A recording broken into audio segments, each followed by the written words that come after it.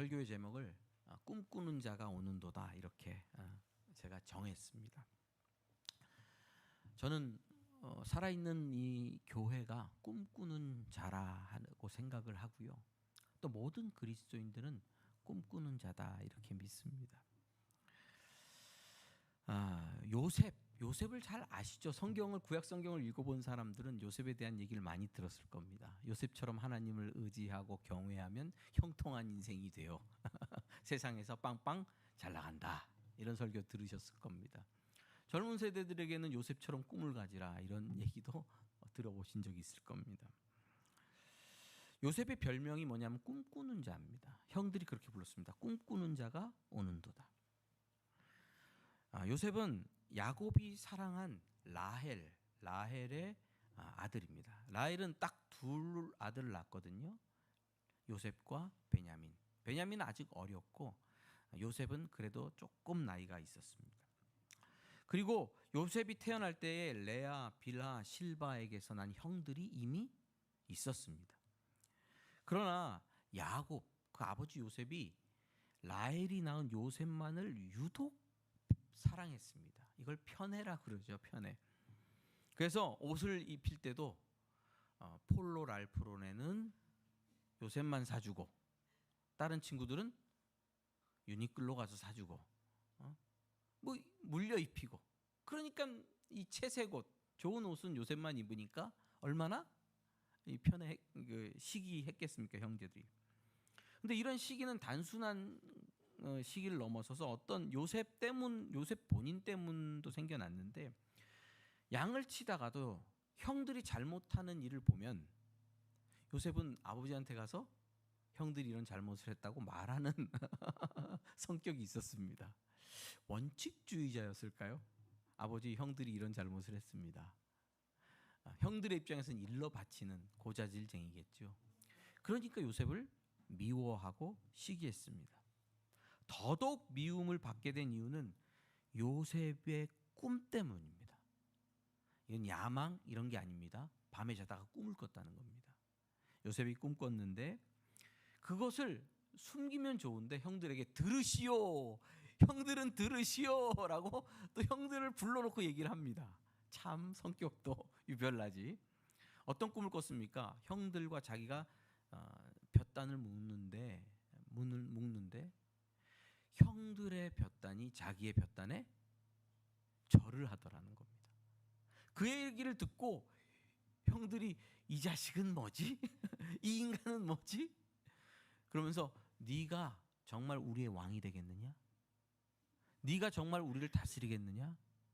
라고 정색하며 화를 내죠. 그런데 꿈은 한 번이 아니고 두 번이었습니다. 꿈이 두 번 오면요, 반드시 이루어진다는 뜻이 아니겠습니까? 이번에는 꿈을 꿨는데 해와 달과 11별이 자기에게 절하는 꿈을 꿔요. 또 꿈을 꾸자 입이 방정이지. 아버지와 형들을 불러놓고 해와 달과 11별이 자기한테 절했다고 꿈 얘기를 해줍니다. 그러자 이번에는 아버지 야곱이 꾸짖습니다, 요셉을. 그런데 아버지는 형들과 달리 이 꿈 이야기를 가슴속에 묻어두었다. 마음속에, 심중에 생각해 두었다라고 말합니다. 여러분, 이게 요셉입니다. 형들이 얼마나 미워했겠습니까? 얼마나 시기했겠습니까? 그래서 비아냥거리는 어투로 꿈꾸는 자. 그가 아버지의 명령을 받고 도단까지 형들이 잘하고 있나 못하고 있나 이제 고자질할 거리를 찾아 나오는 걸 수도 있죠. 멀리서 오는 요셉을 보면서 딱 알아봤습니다. 형들은. 왜? 폴로를 입었으니까. 채색 옷을 입었으니까. 말합니다. 꿈꾸는 자가 오는도다. 우리가 저자를 죽이고 그의 꿈이 어떻게 되는지를 보자. 그의 꿈이 어떻게 되는지를 보자. 그가 꿈꾼 게 정말 이루어지는지를 보자.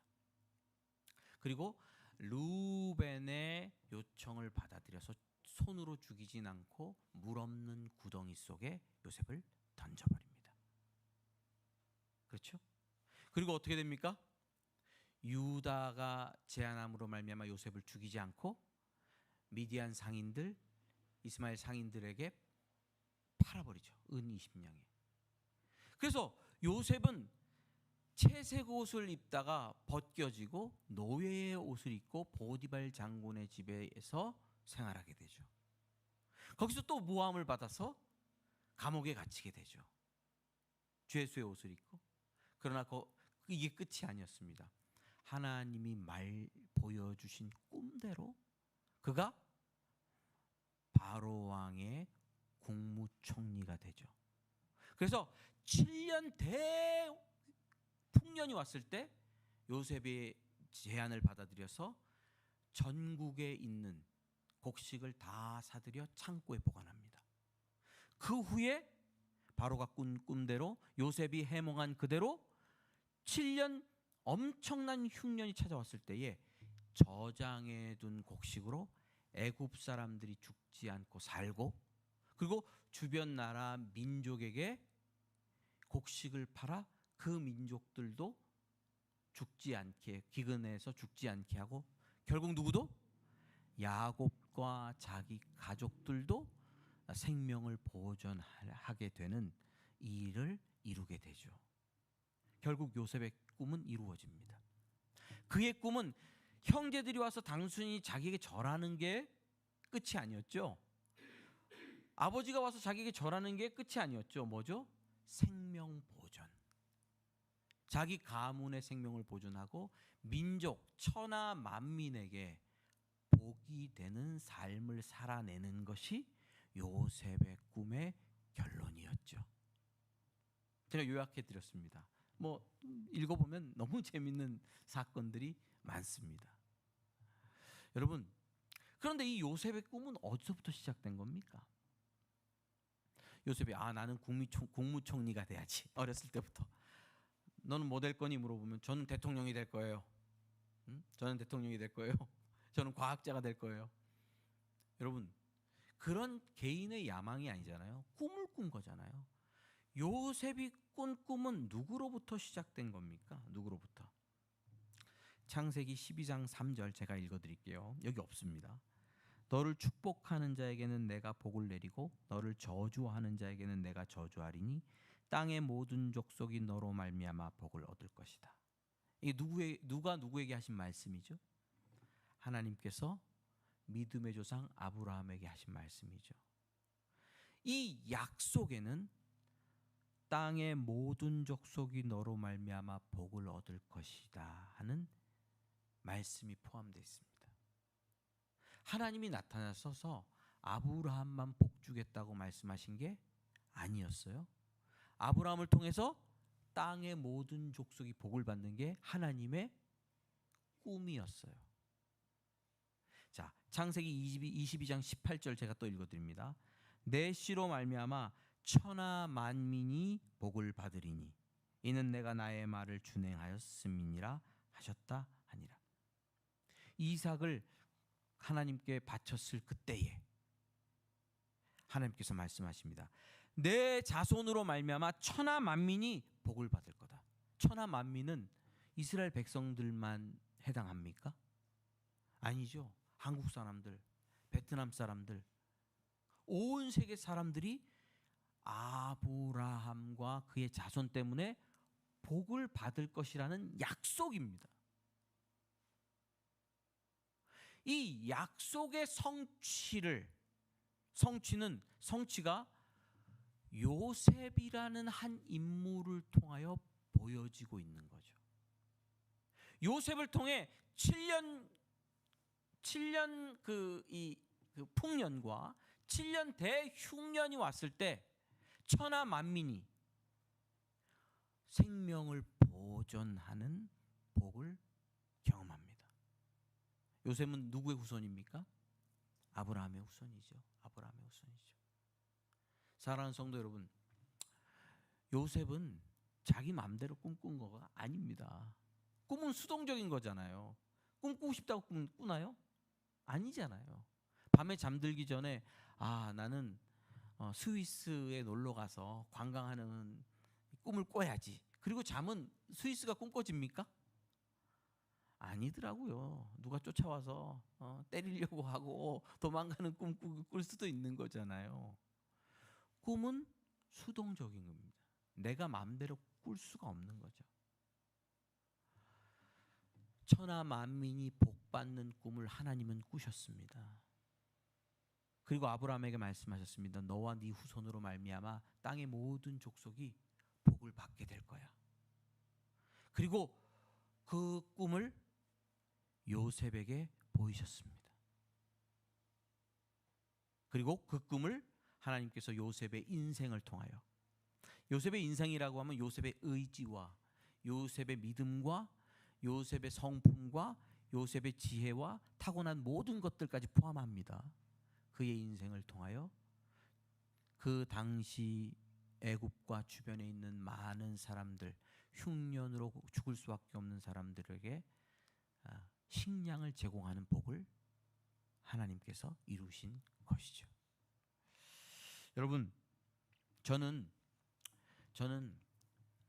예수 그리스도를 통하여 하나님께서 이 꿈을 이루셨고, 또 오늘날 교회를 통하여서도 아브라함에게 말씀하신 이 땅의 모든 백성들, 천한 만민이 복을 받는 일을 꿈꾸시고 이루어 가고 계신다고 믿습니다. 요엘서 말씀입니다. 요엘서 2장 28절 제가 읽어드리겠습니다. 여기 없습니다. 그 후에 내가 내 영을 만민에게 부어주리니 너희 자녀들은 장래의 일을 말할 것이며 너희 늙은이는 꿈을 꾸며 너희 젊은이는 이상을 볼 것이며. 다시 한번 읽어드립니다. 요엘서 2장 28절 그 후에 내가 내 영을 만민에게 부어주리니 너희 자녀들이 장래의 일을 말할 것이며 너희 늙은이는 꿈을 꾸며 너희 젊은이는 이상을 볼 것이요. 이 말씀은 되게 이상한 말씀입니다. 사리에 맞지 않는 말씀입니다. 세상의 지혜랑은 상관없는 말씀입니다. 자, 여러분, 자녀들이 장래의 일을 말할 수 있습니까? 없습니까? 미래의 일은, 앞으로 될 일은, 될 일을 예측하는 사람은 어떤 사람이죠? 경험이 많은 사람들. 야, 앞으로 이런 일이 일어날 거야. 연세가 있으신 분들, 50 넘게 세상을 살아보신 분들이 세상은 이런 일이 일어날 거야. 장래의 일을 말할 수 있습니다. 근데 누가 장래의 일을 말한다고요? 자녀들이. 자, 젊은이들이 이상을 본대요. 자, 밖에 젊은이들 보십시오. 25세, 30세 대학 졸업하고 달려가는 젊은이들이 이상을 봅니까? 현실을 봅니까? 현실을 보죠. 현실에 미쳐서 돌아갈 수밖에 없잖아요. 현실적이지 않으면 살아남을 수가 없으니까. 젊은이들은 현실을 봅니다. 노인들, 늙은이는 꿈을 꾼답니다. 연세 드신 노인들이 꿈을 꿉니까? 잠이 없어지죠. 꿈이 없어지죠. 그리고 오늘 내일 언제 하나님이 데려가실지 모르기 때문에 미래를 계획하고 미래를 꿈꿀 수 없습니다. 요엘서 2장 28절 이 말씀은 사리에 맞지 않는 말씀입니다. 그러나 누가 임하시면, 성령님이 임하시면 자녀들이 장래를 꿈꾸고, 성령님이 임하시면 늙은이가 미래를 꿈꾸고, 젊은이가 미래를, 이상을 꿈꾸는 역사가 일어난다, 이렇게 말합니다. 성령님이 임하시는 자리는 다른 곳이 아니라 교회인 줄 믿으시기를 바랍니다. 할렐루야. 성령님이 우리 교회 안에 임하셔서 우리로 꿈꾸게 하십니다. 여러분들, 성경을 읽고 기도하며 성령 충만하면 우리가 하나님의 꿈을 꾸게 됩니다. 반드시 하나님의 꿈을 꾸고 하나님의 꿈을 향하여 달려나가는 인생을 살게 됩니다. 꿈이 없는 교회는 없습니다. 꿈이 없는 성도는 없습니다. 온전한 성도, 온전한 교회는 기도하고 진리 가운데 성령 충만할 때에 반드시 하나님의 꿈을 함께 꾸게 되게 되어 있습니다.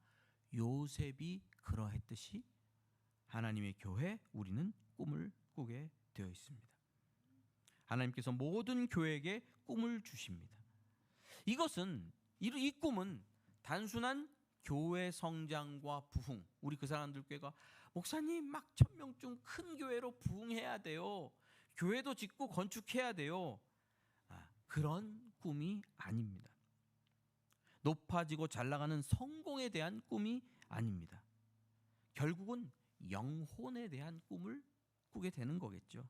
만민이 아브라함에게 약속하신 하나님의 복을 받아 누리는 그 꿈을 함께 꾸게 될 거라고 저는 믿습니다. 제가 오하이오주 콜럼버스라는 데서 8년 살았죠. 험악한 세월을 보냈습니다. 8년 동안. 이거 외로운 게 제일 문제인데, 제 친구를 누구를 만나려 그러면 한 9시간 쭉 차를 몰고 가야지 누구 한 명 만날 수 있으니까 굉장히 외롭고 힘들더라고요. 근데 그 오하이오주의 델라웨어라는 지역이 있어요.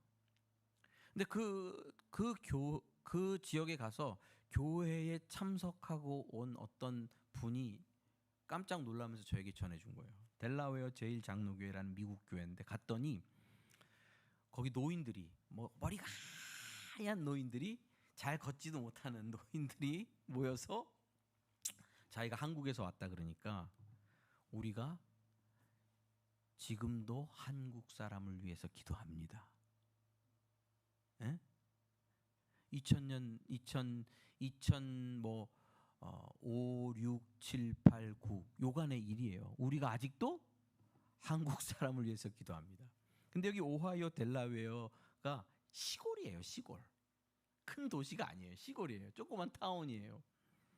그래서 알고 보니까 오하이오주 델라웨어 제1장로교회에서 우리가 익히하는 알렌 선교사님을 파송했어요. 한국의 알렌 선교사님이란 분이 오셨는데 이분이 뭐를 세우셨냐면 요즘 우리가 말하는 연세대학교 세브란스 병원 그 전신인 재중원을 1885년 설립하셨어요. 근데 그 알렌 선교사님을 파송한 교회가 오하이오 델라웨어라는 조그만 동네의 장로교회예요. 근데 그분들이 아직도 누구를 기억한다? 한국 사람을 기억하고 제가 그래서 그 한국 분들이 종종 그 교회를 방문합니다. 한국 목사님들이나 한국 성도들이. 그럼 너무 좋아요. 한국 사람들 왔다고. 왜냐하면 우리가 알렌 선교사님을 파송했고 그리고 지금도 한국을 위하여 기도하고 있으니까 그런 마음으로 환영합니다. 여러분 아직도 한국 영혼에 대한 꿈을 놓치지 않는 분들이 그 시골에도 있더라. 거기가 어디라고 한국 사람들을 기억하겠습니까? 그 옛날에 1880년대 초에 그 오하이오는 여러분 시골이에요. 3시간 달려도 콩밭이 안 끝나요. 그런 시골이에요. 그런 시골 중심에서 하나님의 꿈을 꾼 거예요. 하나님, 아브라함에게 약속하신 그 복이 한국 사람에게도 전달되어야 되겠습니다. 예수 그리스도의 십자가의 복음이 전해지고 그들이 예수님을 믿고 영생을 얻고 하나님이 말씀하신 그 복을 누릴 수 있도록 도와주십시오 하는 기도가 그 시골에서도 지금까지 이어지고 있더라. 하나님께서는 먼 곳 그리고 사람들이 많이 모이는 곳이 아닐지라도 성도들이 모인 곳에 꿈을 허락해 주십니다. 여러분들은 어떤 꿈을 갖고 계십니까? 하나님을 만나셨습니까? 그래서 여러분들 안에 여러분들의 인생을 이끌고 가는 꿈이 있습니까? 선교하면 허드슨 테일러라는 사람을 우리는 빼놓을 수 없습니다. 현대 선교의 아버지, 중국 선교의 아버지 이렇게 부릅니다. 이분도 1800년대 중반 이렇게 사역을 하신 분인데 중국 내지 선교회라고 중국 내륙을 선교하는데 힘쓴 분이에요. 근데 처음에 영국에서 상하이를 갈 때 5개월이 걸렸대요. 죽을 위험을 거치면서 배를 타고 5개월 동안 간 거예요. 5개월 동안. 저는 베트남에 5시간 갈 때도 힘들더라고요. 5개월 동안 갔어요. 가서 사역하는 기간에 첫째 딸을 잃고 세 자녀를 모두 잃습니다. 병으로 죽어요. 그리고 아내도 병으로 죽어요.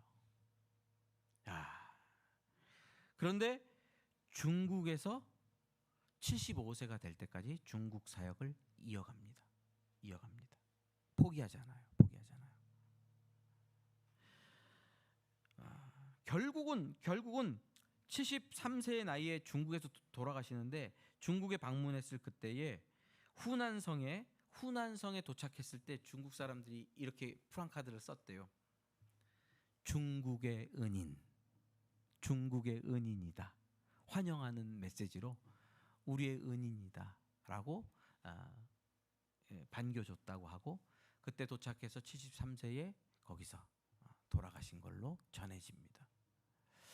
이 허드슨 테일러의 특징은, 다른 선교사님은 양복을 입고 영국식 복장을 하고 미국식 복장을 하고 선교를 하는데, 허드슨 테일러 선교사님은 중국 옷을, 그리고 변발을, 머리를 깎고, 그래서 중국 사람처럼 살고 먹으면서 중국 사람처럼 입고 다니면서 선교를 한 게 굉장히 중요한 특징 중에 하나입니다. 중국의 의화단 사건이라고 있는데, 전문은 제가 잘 조사를 못했습니다만 세계사에서 들어본 사건이죠. 그 사건 때 130명 정도의 선교사님들이 다 순교를 당했어요. 그리고 50-60명 정도의 자녀들도, 선교사님 자녀들도 함께 순교를 당했는데, 그 대부분이 중국 내지 선교회, 이 허드슨 테일러 선교사님이 창설한 그 그룹에 속하는 분들이 중국 내지에서 순교를 당했다고 합니다. 여러분, 왜 자녀 셋 잃고 아내 잃고 못 먹고 못 입고 고난과 고통을 당하면서 중국 시골로 들어가야 되죠? 제가 지지난주에 베트남 가서 말씀드렸죠. 달롱 지방에, 그 시골에 왜 교회가 세워졌고 어떻게 교회가 세워졌겠습니까? 잘 먹고 잘 살고 성공한 부자 선교사님을 통해서 그렇게 됐겠습니까? 아니겠죠. 그런 일들은 누구를 통해서 일어난 겁니까? 하나님의 꿈에 전염된 자들. 성경을 읽고 예수님을 믿고 성령께서 꿈꾸게 하시는 거예요. 그 꿈에 전염돼서 하나님의 거룩한 꿈, 하나님의 아름다운 꿈에 전염되고 경도된 사람들이 삶을 들여서 나아가는 거죠. 여러분, 이런 꿈이 있으십니까? 모든 그리스도인들은 영혼과 하나님의 나라에 대한 꿈이 있어야 된다고 저는 믿습니다. 그리고 성령이 임하면 애 어른 할 것 없이 이런 꿈을 꾸게 된다고 저는 믿습니다. 꿈이 없다면 기도해 보십시오. 꿈이 없다면 성령 충만함을 구해 보십시오. 먹고 사는 것뿐이 내 꿈이 아니고 세속적 성공과 지금 살아가는 이 어려움과 고난에서 벗어나는 것만이 내 인생의 꿈이라면 더 기도해 보십시오. 그 문제를 넘어서서 하나님의 참된 복을 꿈꾸게 될 것입니다. 이제 저는 저와 우리 교회의 꿈에 대해서 좀 말씀드리려고 합니다.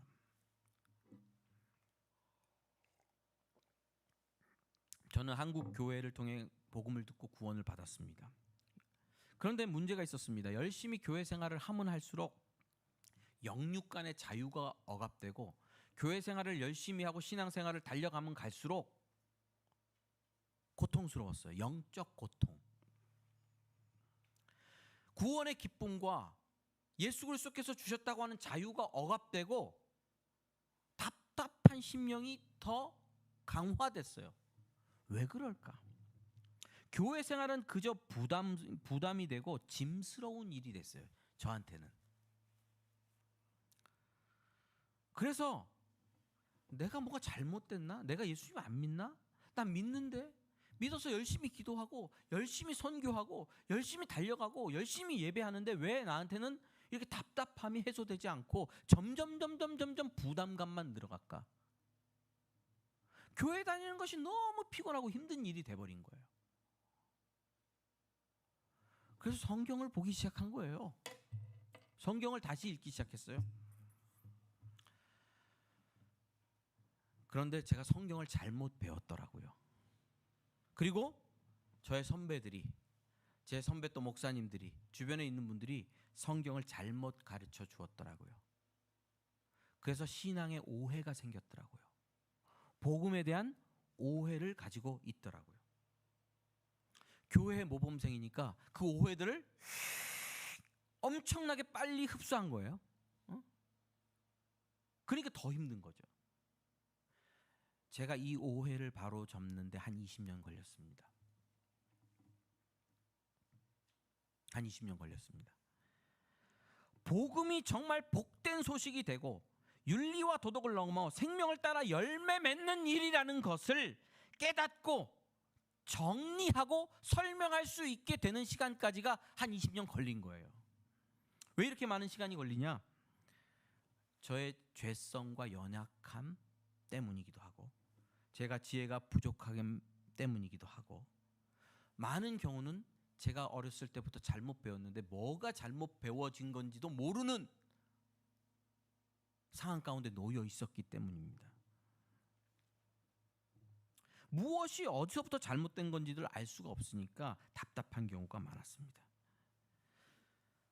그래서 그런 과정을 거치면서 제 설교는 설명적이에요. 그래서 좀 맞죠? 성경을 자세히 읽고 또 성경을 설교하고 하면서 강조하는 게 신앙적 오해를 바로 잡으려고 하는 경우가 많습니다. 왜냐하면 이 일이 중요하기 때문입니다.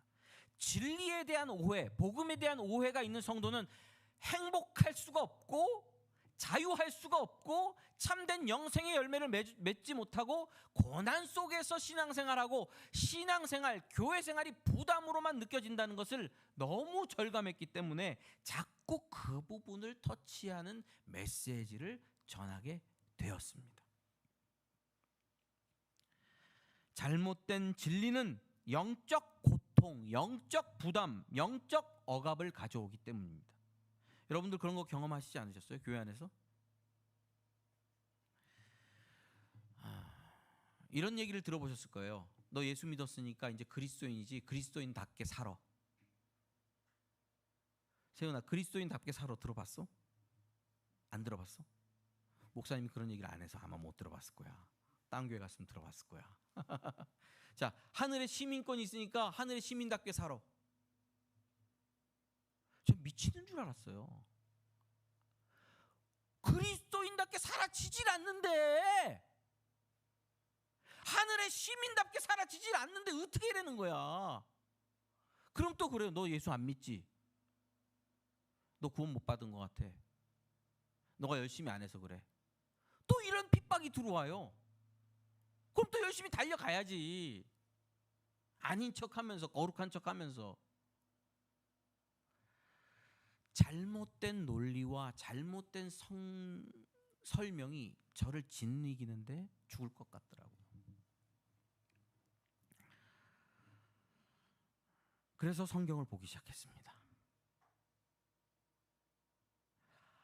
그리고 한 해, 두 해, 5년, 10년, 15년, 20년 성경 말씀을 보고 내 안에 잘못된 논리들을, 잘못된 오해들을 제거해 나가기 시작하면서 자유가 찾아왔습니다. 그리고 요즘 아브라함의 하나님 성도들과 하면서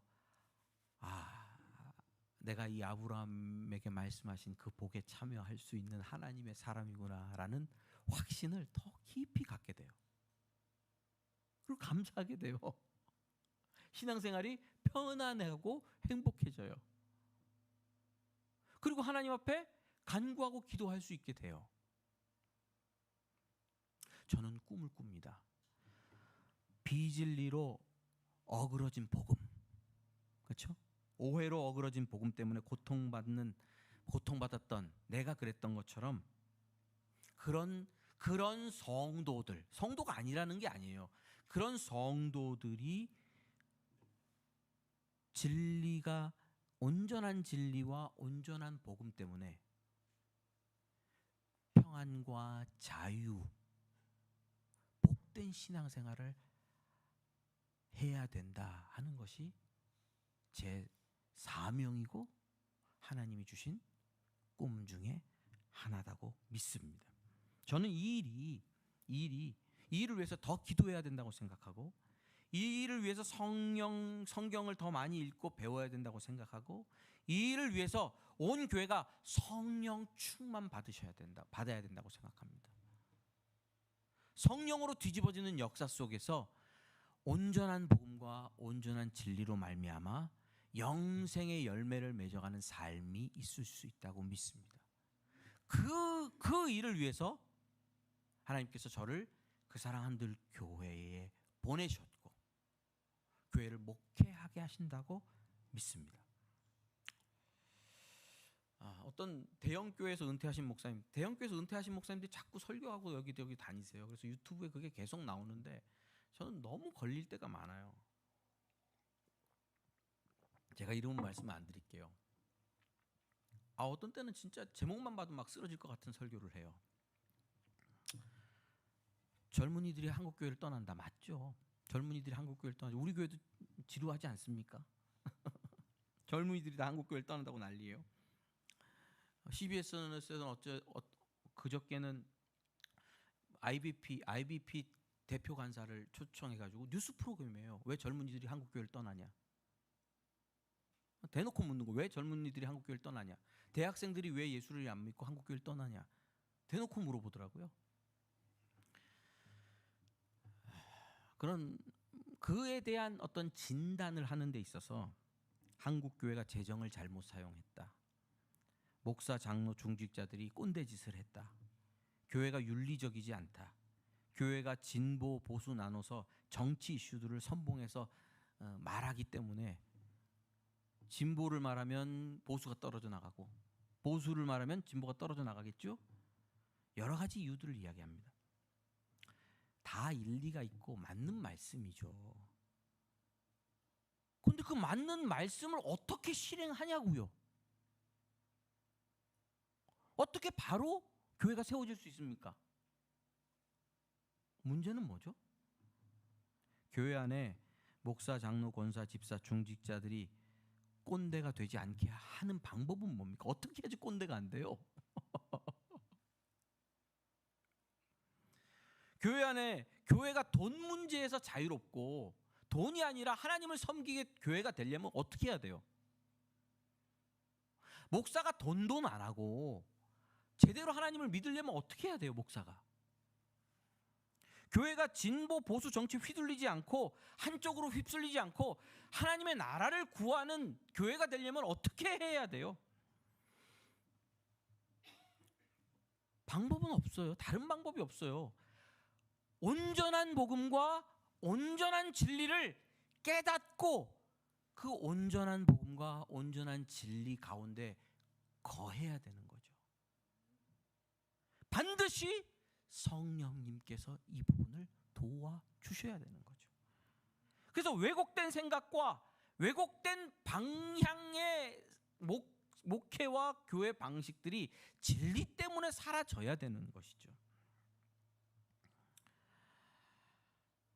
저는 여기에 이 부분을 집중하는 게 우리 그 사랑 한들 교회의 정체성이 있다고 저는 생각합니다. 그리고 그 꿈을 저에게 주셨다고 생각하고 우리 성도들도 그 꿈에 함께 묻어간다고 또 그 꿈을 함께 꾸고 있다고 믿습니다. 교회 이전 앞두고 있습니다. 어떤 분들이 그 전부터도 좀 오해하시는 분들이 있어요. 목사가 야망이 있어가지고 교회 구입해가지고 큰 교회 만들고 자기가 떵떵거리면서 살려고 한다. 뭐 그렇게 보시면 뭐 그렇게 봐야 되겠지만 제 인생의 방향이 그렇게 되지 않습니다. 그게 마음대로 또 되는 일도 아니고요. 여러분들이 보셨던 것처럼 하나님이 주신, 우리 교회에 주신 꿈이 있고 목사인 저에게 주신 꿈이 있습니다. 그 꿈을 향해 나아가라. 생육하고 번성하여 충만 정복 다스리라. 생육 번성 정복 충만 정복 다스림은 적극적인 복의 성취에 대한 명령입니다. 가만 앉아 있으라고 말씀하시는 게 아닙니다. 하나님이 주신 복을 성취해야 합니다. 그 꿈은 달려가야 됩니다. 생육, 번성, 충만, 정복, 다스림, 하나님이 주신 꿈을 위해서 움직여야 됩니다. 이제 저는 달려가고 싶습니다. 움직여야 될 때가, 가만히 앉아 있으면 죽습니다. 달려갈 것입니다. 홍수처럼 침몰해 오는 세속주의와 물질주의와 더러운 생각들로부터 떨쳐내고 패배주의로부터 떨쳐내고 성령 안에서 꿈을 꾸면서 달려가는 그 사랑하는 교회 되기를 기도하고 소망합니다. 기도하시겠습니다.